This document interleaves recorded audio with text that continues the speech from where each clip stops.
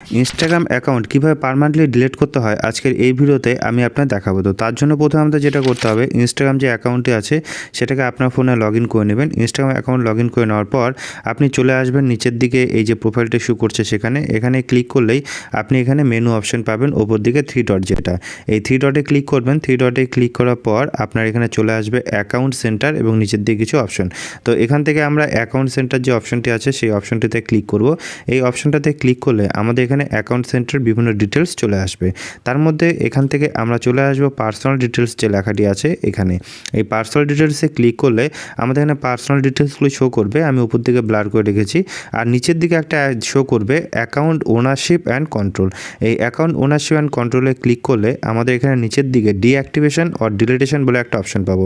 এখানে ক্লিক করব। এখানে ক্লিক করার পড়লে আমাদের এখানে দুটো অপশন শো করবে, একটা ফেসবুক, একটা ইনস্টাগ্রাম। যেহেতু আমাদের এই ইনস্টাগ্রাম অ্যাকাউন্টটির সঙ্গে ফেসবুক অ্যাকাউন্ট লিঙ্ক করা, তাই দুটো শো করছে, আপনাদের ক্ষেত্রে একটাও শো করতে পারে।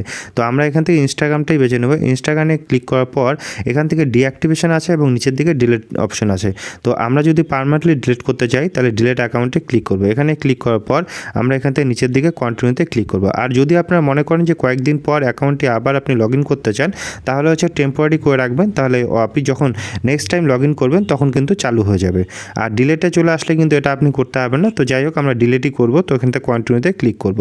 কন্টিনিউতে ক্লিক করলে আমাদের এখানে একটা কারণ জানতে চাবে যে কেন আপনারা এই প্রোফাইলটি ডিলিট করতে চাচ্ছেন। যদি এর মধ্যে কোনো কারণ আপনার হয়ে থাকে তাহলে সিলেক্ট করবেন, নাহলে হচ্ছে সামথিং এলস যেটা আছে সেটা সিলেক্ট করে দেবেন। তো আমি এখান থেকে করে দিচ্ছি প্রাইভেসি কনসার্ন করে। প্রাইভেসি কনসার্নে ক্লিক করার পর আমরা এখান থেকে আবার কন্টিনিউতে ক্লিক করব। কন্টিনিউতে ক্লিক করলে এখান থেকে কিন্তু প্রাইভেসি কনসার্ন যেহেতু সিলেক্ট করা হয়েছে, তো এখানে কিছু অপশন দিয়েছে যার মাধ্যমে কিন্তু আপনি এটা করতে পারেন। যাই হোক, আমার দরকার নেই, আমি আবারও কন্টিনিউতে ক্লিক করব। এখানে যে অপশন আপনি সিলেক্ট করবেন সেটার ভিত্তিতে এখানে আসবে। এবার এখান থেকে আপনার এখানটা একটা পাসওয়ার্ড চাবে। যদি আপনি এই পাসওয়ার্ডটা দিয়ে দেন এবং কন্টিনিউতে ক্লিক করেন তাহলে কিন্তু আপনার পার্মানেন্টলি কিন্তু ডিলিট হয়ে যাবে। তো আমরা জাস্ট দেখানোর জন্য এটা করলাম, যেহেতু আমরা পার্মানেন্টলি ডিলিট করবো না অ্যাকাউন্টটিকে, তাই আমরা এখানে পাসওয়ার্ডটি দিচ্ছি না। আপনার পাসওয়ার্ড দিয়ে কন্টিনিউতে ক্লিক করলেই কিন্তু অ্যাকাউন্ট ডিলিট হয়ে যাবে। তো আশা করি বুঝতে পারলেন কীভাবে আপনি আপনার ইনস্টাগ্রাম অ্যাকাউন্টটিকে ডিলিট করুন।